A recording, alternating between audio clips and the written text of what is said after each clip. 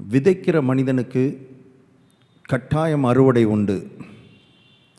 நன்மையை விதைக்கிறவன் நன்மையை அறுக்கிறான், தீமையை விதைக்கிறவன் தீமையை அறுக்கிறான். இப்படிப்பட்ட ஒரு பிரமாணத்தை கர்த்தர் இந்த உலகத்திலே ஏற்படுத்தி வைத்து விட்டார். இந்த விதைப்பு அறுப்பு என்கிற பிரமாணத்தை குறித்த ஒரு புரிதல், அண்டர்ஸ்டாண்டிங் இல்லாத அநேகர் தங்களுடைய வாழ்க்கையிலே பல தவறான காரியங்களை விதைத்து அதனுடைய விளைவாக தவறான அறுவடையை அவருடைய வாழ்க்கையிலே அறுத்து கொண்டிருக்கிறார்கள். ஸோ இதில் கொஞ்சம் கவனம் செலுத்தும்படியாக பரிசுத்த ஆவியானவர் இந்த நாட்களிலே நம்மோடு இந்த விதைப்பு அறுப்பு பிரமாணத்தை குறித்து பேசி கொண்டிருக்கிறார். இப்பொழுது நாம் இந்த பிரமாணத்திலே ரொம்ப முக்கியமாய் ஆண்டவராய் இயேசு இந்த பிரமாணத்தை குறித்து பேசிய ஒரு ஓமையை நாம் இப்பொழுது பார்த்து கொண்டிருக்கிறோம். இந்த விதைக்கிற இந்த விதைப்பின் ஓமை very famous parable in the Bible. இயேசு தன் வாயால் சொன்ன ஓமை இது ரொம்ப ஃபேமஸாக இருக்கிறதுக்கு காரணம் என்னென்னா, இந்த ஓமை தான் மற்ற ஓமைகளை நாம் புரிந்து கொள்வதற்கு, மற்ற ஓமைகளை நாம் அண்டர்ஸ்டாண்ட் பண்ணுவதற்கு இது ஒரு கீ பேரபிள்னு சொல்லலாம். இது ஒரு திறவுகோல் ஓமை. இந்த ஓமையை சரியாக புரிஞ்சுக்கிட்டால் மற்ற ஓமைகளை நாம் புரிந்து கொள்வது எளிது என்று இயேசுவே சொல்கிறார். இந்த ஓமையே உங்களுக்கு தெரியலைன்னா மற்ற ஓமைகளை நீங்கள் எப்படி புரிஞ்சுக்கிருவீங்க, எப்படி அறிந்து கொள்வீர்கள் என்று சீஷர்களை பார்த்து கேட்கிறார். ஆகவே இந்த ஓமையை நாம் சற்று அமர்ந்து நிதானமாக இந்த ஓமையை நாம் கவனிக்க வேண்டியது அவசியமாக இருக்கிறது. இது நம்முடைய வாழ்க்கையை புரட்டி போடுகிற ஒரு ஓமை. என்னுடைய வாழ்க்கையில் இது ஒரு மிகப்பெரிய ஆசீர்வாதத்தை கொண்டு வந்த ஒரு ஓமை. ஆகவே இந்த ஓமையிலிருந்து சில காரியங்களை நான் உங்களுக்கு சொல்லும்படி விரும்புகிறேன். மார்க் எழுதின சுவிசேஷம் 4ஆம் அதிகாரத்திலே 3வது வசனத்திலிருந்து 2லிருந்தே வாசிக்கிறேன். அவர் அநேக விசேஷங்களை ஓமைகளாக அவர்களுக்கு போதித்தார். போதிக்கிற பொழுது அவர்களுக்கு சொன்னது, கேளுங்கள், விதைக்கிறவன் ஒருவன் விதைக்க புறப்பட்டான். அவன் விதைக்கையில் சில விதை வழி அருகே விழுந்தது. அவன் விதைக்கையில் சில விதை வழி அருகே விழுந்தது. ஆகாயத்து பறவைகள் வந்து அதை பட்சித்து போட்டது. ஒருத்தன் விதைக்க போகிறான். இது வந்து ஓமை, இது ஒரு கதை மாதிரி சொல்கிறாரு. ஒருத்தன் விதைக்க போகிறான், ஒரு விவசாயி விதைக்கிறதுக்கு போகிறான். அவன் விதைக்க போன போது சில விதை நிலத்தில் விழாமல் வழியருகே விழுந்ததான். வழியருகே விழுந்த அந்த விதையை பறவைகள் வந்து எடுத்துகிட்டு போயிடுச்சு. பறவைகள் பட்சித்து போட்டது. அதனால் அந்த விதை விளைச்சலை காணவில்லை. அந்த விதையால் விளைய முடியவில்லை. விதைச்சது உண்மை, விதைக்கிறவன் விதைகளை எடுத்துக்கொண்டு போய் அதை விதைத்தது உண்மை.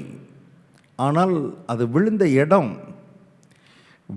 இடம் தவறான இடத்துல விழுந்ததுனால விதைக்குள்ளே ஏராளம் பொட்டன்ஷியல் இருந்தது உண்மை, விதைக்குள்ளே ஏராளம் ஆற்றல் இருந்தது உண்மை.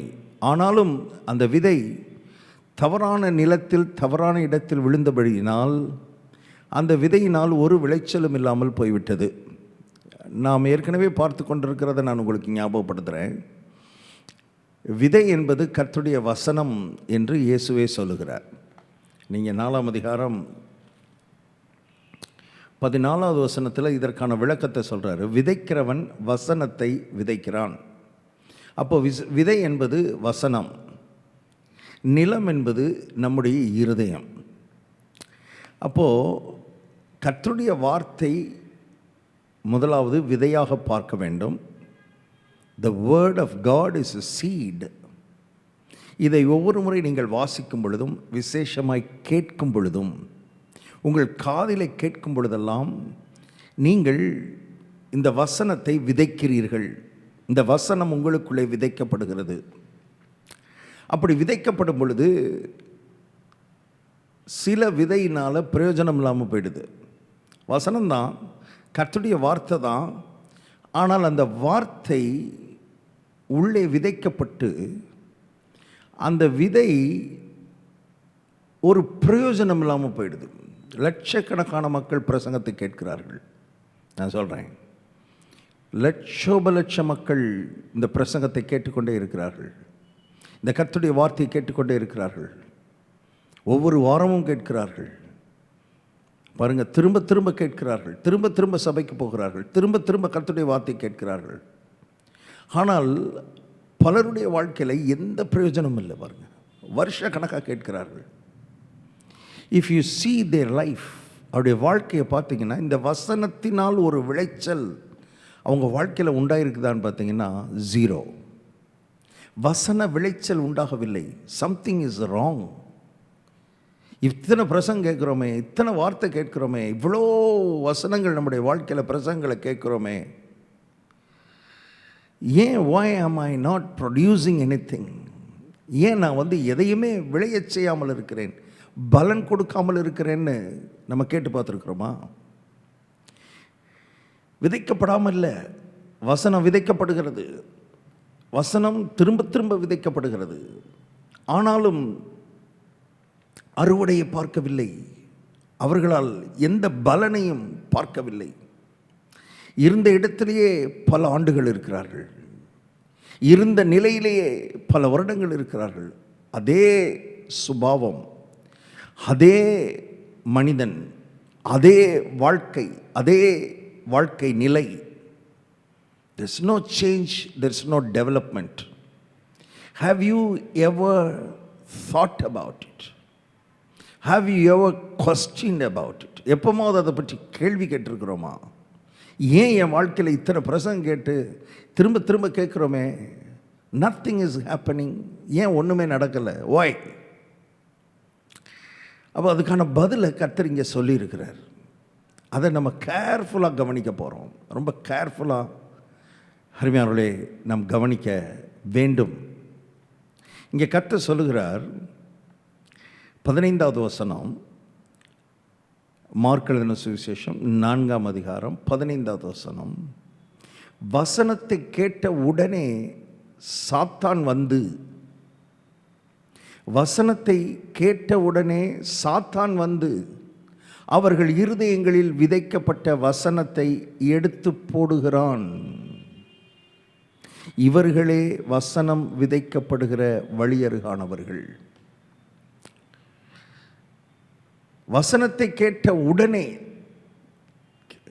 கேட்டு 4 நாள் கழிச்சு இல்லை, கேட்டு 1 வாரம் கழிச்சு இல்லை, இயேசு சொல்கிறாருங்க, வசனத்தை கேட்ட உடனே சாத்தான் வந்து. ஆச்சரியமாக இருக்குது எனக்கு. Why Satan comes when we hear the word? தேவனுடைய வார்த்தையை கேட்ட உடனே ஏன் பிசாசு அவசரமாக வர்றான்? அப்போ வசனத்தை யார் கேட்கறதுன்றதை கவனிச்சுக்கிட்டே இருக்கிறான், தேடிக்கிட்டே இருக்கிறான், பார்த்துக்கிட்டே இருக்கிறான். Who is the person who hears the word? வார்த்தை கேட்கிற நபர் யார்? யார் கேட்குறாங்க? அலர்ட், அவன் அலை பாய்ந்து கொண்டிருக்கிறான்.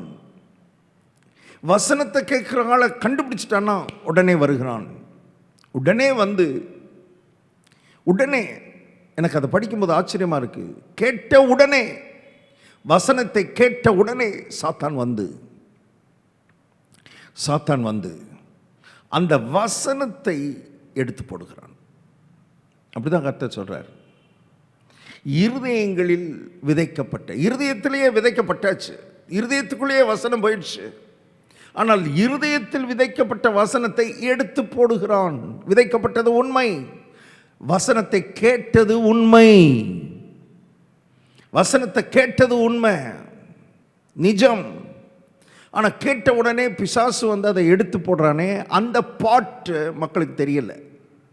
ஏன்னா அவன் ஒரு ஆவியாக இருக்கிறான், ஆவியாயிருக்கிற பிசாசு எடுத்து போடுறது நமக்கு தெரிய மாட்டேங்குது.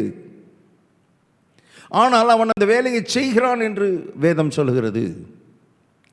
இப்போ என்னுடைய கேள்வி என்னன்னா, why Satan comes to steal the word? வசனத்தை எடுத்து போடுறதுக்கு ஏன் பிசாசு வர்றான்?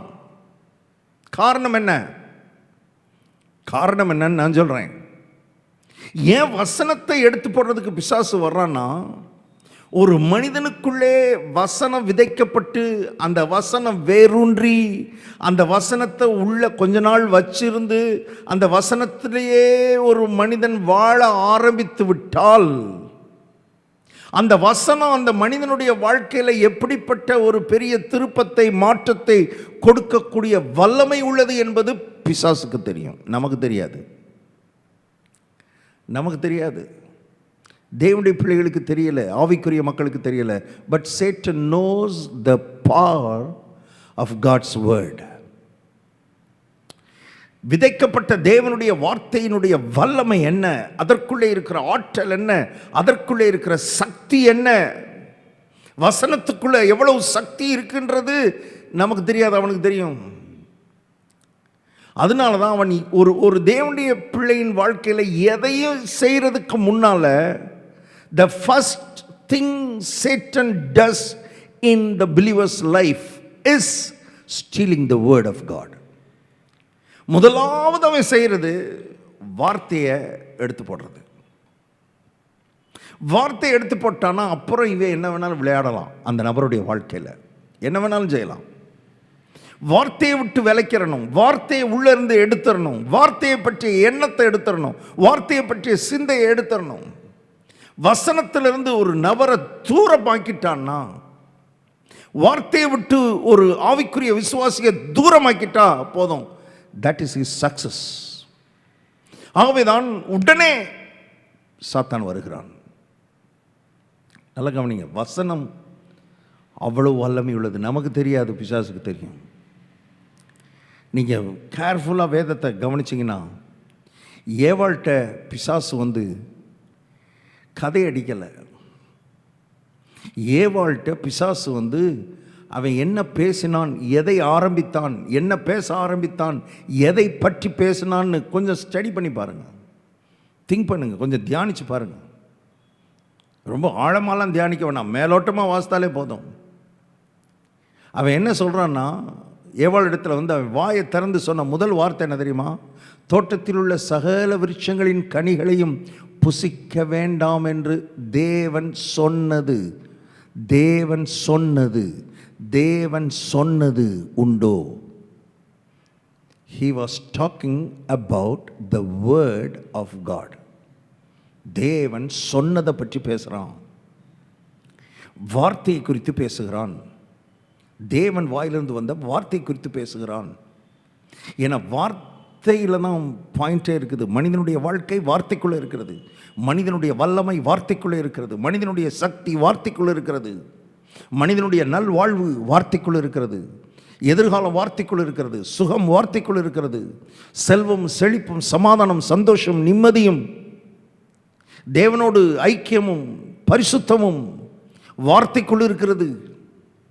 இந்த வார்த்தையை மனுஷனை பிடிக்க விட்டுட்டா அதுக்கப்புறம் இந்த மனுஷனை நம்ம ஒன்றும் தொட முடியாதுன்னு அவனுக்கு தெரியும். அதனால தான் வார்த்தையை பற்றி பேசு. தேவன் சொன்னது உண்டோ, தேவன் சொன்னது உண்டோ. வார்த்தையை தான் பிடிக்கிறான், வார்த்தையை மாற்றுகிறான், வார்த்தையை அப்படியே பிசகச் செய்கிறான், வார்த்தையை புரட்டுகிறான். இன்றைக்கும் அநேகர் வார்த்தை புரட்டுகிறவர்கள் நிறைய பேர் பிசாசை எழுப்பியிருக்கிறான். ஆவிக்குரிய உலகத்திலேயே இருக்கிறாங்க. கவனமாக இருக்க வேண்டியது மிக மிக அவசியம். நீங்கள் இந்த கனியை புசிக்கிற நாளில் சாகவே சாவீர்கள்னு கர்த்தர் சொன்னால், பிசாசு சொல்கிறான் நீங்கள் சாகவே சாவதில்லை. இப்படி வார்த்தையை மாற்றணும், வார்த்தையை எதிர்க்கணும், வார்த்தையை புரட்டி போடணும். மனிதனுடைய மனதுக்குள்ளே இருதயத்துக்குள்ளே விதைக்கப்பட்டிருக்கிற அந்த வார்த்தை, அதில் சந்தேகத்தை கொடுக்கணும். ஏன்னா வார்த்தையின் வல்லமை அவனுக்கு தெரியும். உங்களுக்கு தெரியுமா? கர்த்தருடைய வசனத்தின் வல்லமை உங்களுக்கு தெரியுமா? பாருங்க, ஏவாளை வஞ்சித்து வார்த்தையை விட்டு தூரப்படுத்தினான். வார்த்தையை விட்டு தூரப்படுத்தினவன் அவர்களை தேவனை விட்டு தூரப்படுத்தி விட்டான். ஏன்னா வார்த்தையும் தேவனும் ஒன்று. ஆதியிலே வார்த்தை இருந்தது, அந்த வார்த்தை தேவனிடத்தில் இருந்தது, அந்த வார்த்தை தேவனாகவே இருந்தது. வார்த்தைக்கு ஒருத்தன் தூரமாயிட்டானா தேவனுக்கு தூரமாயிட்டான். அதுக்கப்புறம் ஜெபிக்கலாம், உபவாசிக்கலாம், காணிக்க கொடுக்கலாம், தசமம் கொடுக்கலாம், அது இது பண்ணலாம், சர்ச்சுக்கு போகலாம், எல்லாம் என்ன வேணாலும் பண்ணலாம், பக்திக்குரிய சடங்குகளை செய்யலாம். ஆனால் இருதயத்துக்குள்ளே வார்த்தை விதைக்கப்படலைன்னா வாழ்க்கையில் ஒரு பலனும் இருக்க போவதில்லை.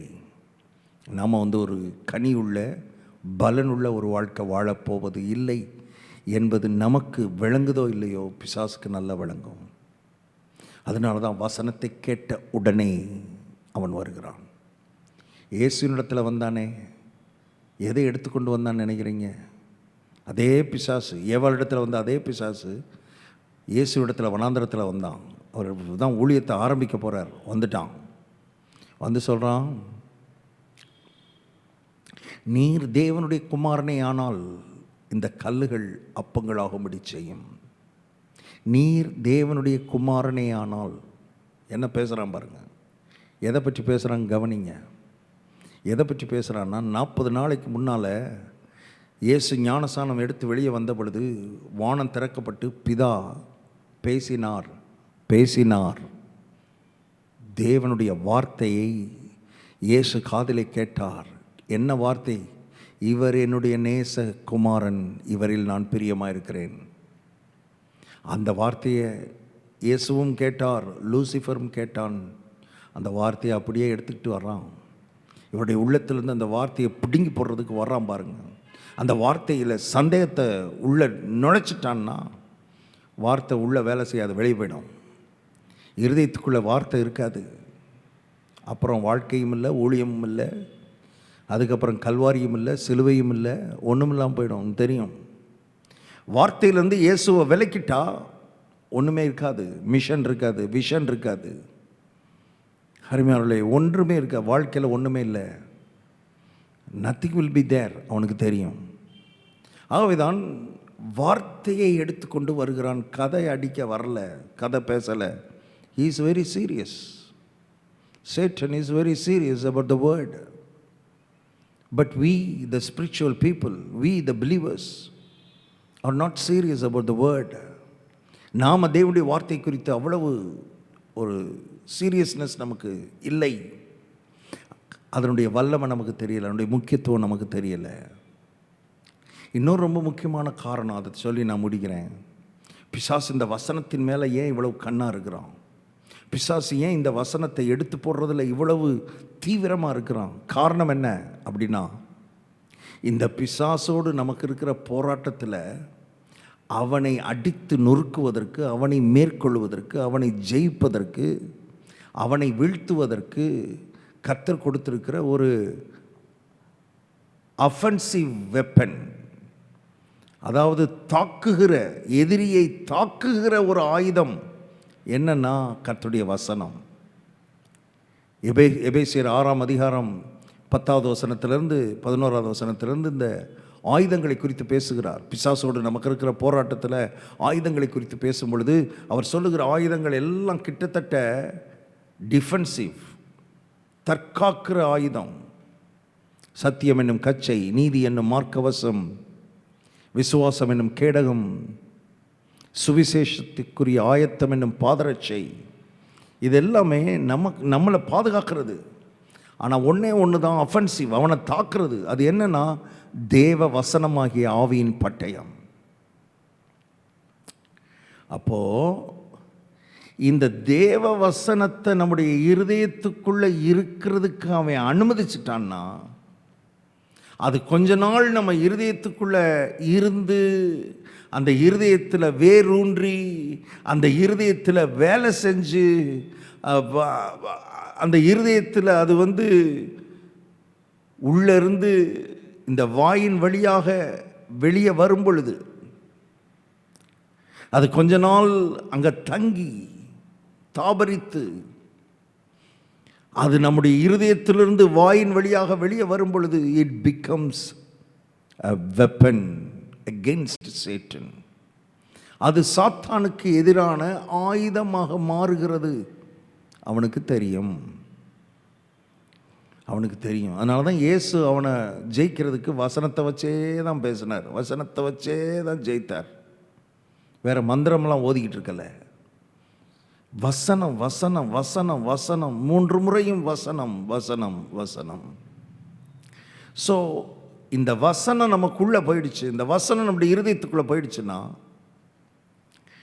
அதை விட்டுட்டான்னா அது அவனுக்கே ஒரு காலத்தில் அழிவை கொண்டு வந்து விடும். நமக்குள் இருக்கிற வசனம் நம் மூலமாக சாத்தானுடைய ராஜ்யம் அழிக்கப்படும், நம் மூலமாக பிசாசு துரத்தப்படுவான், நம்முடைய வாயிலிருந்து வருகிற வசனத்தின் மூலமாக பிசாசு மேற்கொள்ளப்படுவான் என்பது நமக்கு தெரியாது, அவனுக்கு தெரியும். நமக்கு தெரியலை. அதனால தான் வசனத்துக்கு நம்ம முக்கியத்துவம் கொடுக்கல, வார்த்தைக்கு நம்ம முக்கியத்துவம் கொடுக்கல. அது விதைக்கப்படுகிற வசனம் விதைக்கப்படுது, ஆனால் விதைக்கப்பட்ட உடனே ஒருத்தன் வர்றான்றது நமக்கு தெரியலை. அப்போ அவனை வரவிடாமல் ஆக்குறது எப்படி பாஸ்டர்? பிசாசு வந்து என் இருதயத்துக்குள்ளே இருக்கிற வசனத்தை, இந்த வார்த்தையை எடுக்காமல் இருக்கணும்னா என்ன செய்கிறது? நாளைக்கு நான் உங்களோடு பகிர்ந்து கொள்ள விரும்புகிறேன். ஜெபிப்போம்.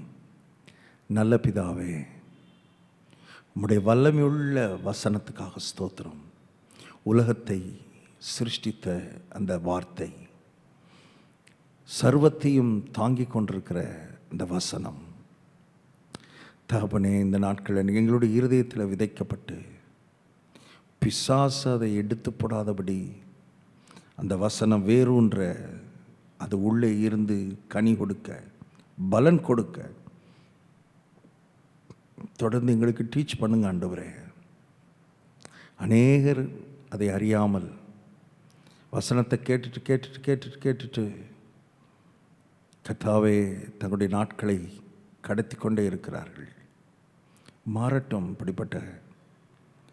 இப்படிப்பட்ட பழக்கங்கள்லாம் மாறி கர்த்தருடைய வார்த்தைக்கு கொடுக்கிற மரியாதை, விசேஷமாக இருதயத்தில் விதைக்கப்பட்டிருக்கிற வசனத்தை காத்து கொள்ளுகிற ஒரு இருதயம் எல்லாருக்குள்ளேயும் உண்டாகட்டும். தொடர்ந்து நீர் நடத்தும். உம்முடைய கருத்தில் ஒப்பு கொடுக்கிறோம். ஏசு கிறிஸ்துவின் நாமத்தில் ஜெபிக்கிறோம் பிதாவே. ஆமென். God bless you. Jesus loves you.